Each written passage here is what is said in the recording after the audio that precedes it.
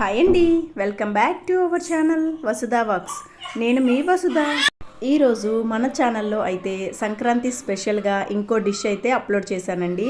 వీటిని పొంగనాలు అంటారండి. ఆయిల్ లేకుండా క్రిస్పీగా మెత్తగా పొంగనాలు ఎట్లా ప్రిపేర్ చేసుకోవాలో సింపుల్ ప్రాసెస్లో అయితే చూపించేస్తానండి. ఇగోండి, ఈ పొంగనాలు ప్రిపేర్ చేసుకోవడానికి నేనైతే ఒక 3 రకాల బియ్యం చూపిస్తున్నానండి. ఒకటి స్టీమ్డ్ రైస్ అండి, రెండోది సింగిల్ పాలిష్డ్ రైస్ అండి, ఇంకా మూడోది అంటారా రేషన్ రైస్ అండి. బెస్ట్ అని చెప్పొచ్చండి ఈ పొంగనాలకైనా అరిసెలకైనా సరే. ఇంకా మనం చలివిడి ప్రిపేర్ చేసుకోవాలన్నా రేషన్ బియ్యంతో చాలా మంచిగా వస్తుందండి. సో ఇలా బియ్యాన్ని నానబెట్టుకోవాలండి ఒక 3 అవర్స్ వరకు.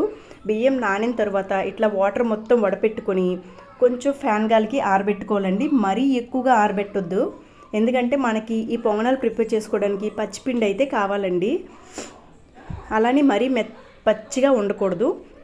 ఇలా జస్ట్ వాటర్ అంతా డ్రై అయ్యేంత వరకు ఒక చున్నీలో వేసి ఇలా ఫ్యాన్ కింద పెడితే ఇగో చూడండి, ఇలా పట్టుకుంటే మన చేతికి అంటుకోవండి.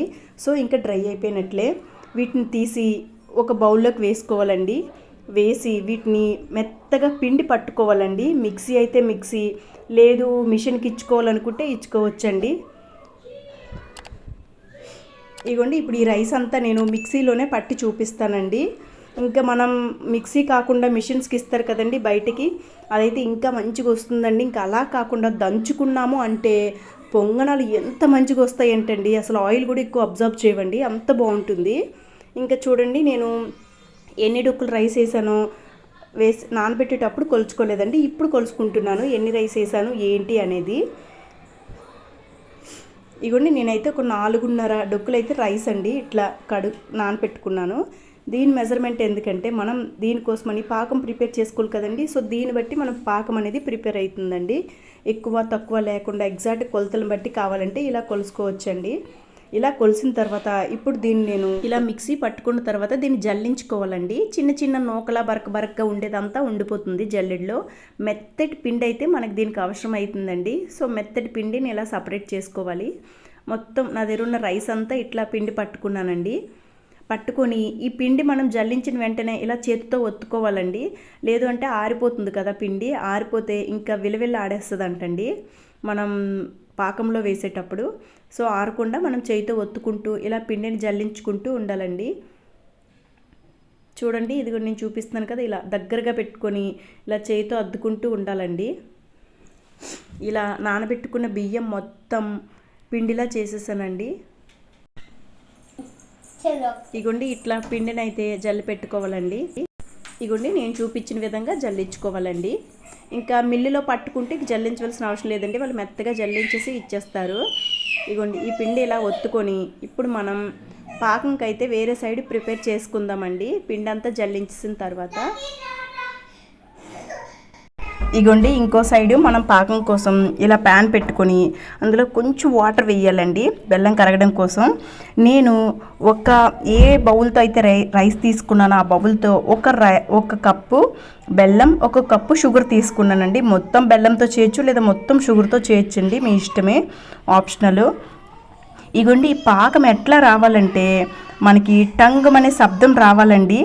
అలా అయితే కొంచెం క్రిస్పీగా గట్టిగా వస్తాయండి. అలా కాకుండా కొంచెం మెత్తగా ఉండాలి అని అనుకుంటే కనుక చూడండి, నేను చూపిస్తాను కదండి, వాటర్లో వేస్తే ఇలా ఉండలా కట్టుకోవాలండి, అంతే పాకం వచ్చినట్లే అండి. ఈ టైంలో మనం ఇలాచీ పౌడరు, వేయించుకున్న నువ్వులు యాడ్ చేసుకోవాలండి. ఇలా యాడ్ చేసిన తర్వాత మనం జల్లించి పెట్టుకున్న పిండిని ఇలా కొంచెంగా వేసుకోవాలండి. ఒకేసారి వేయొద్దు, గట్టిగా అయిపోతుంది.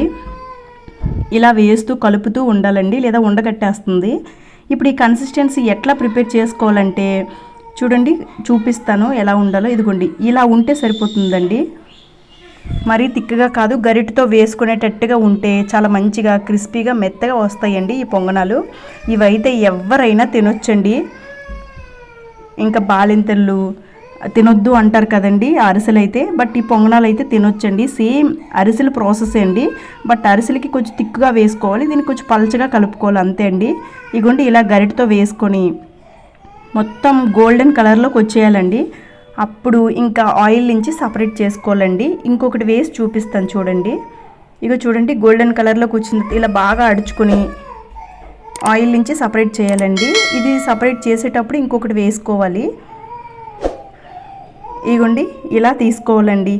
అంతే అండి, ఎంత ఈజీ అంటే వంట రాని వాళ్ళు కూడా ఈ స్మాల్ టిప్స్ ఫాలో అవుతూ ఇలా కొంచెం కొంచెంగా ప్రిపేర్ చేయడం నేర్చుకుంటే ఈజీగా చేసేస్తామండి. ఒకేసారి ఎక్కువ కాకుండా ఇలా కొంచెం కొంచెంగా చేసుకున్నామంటే మనకు కూడా పర్ఫెక్ట్గా వండడం అయితే వచ్చేస్తుందండి.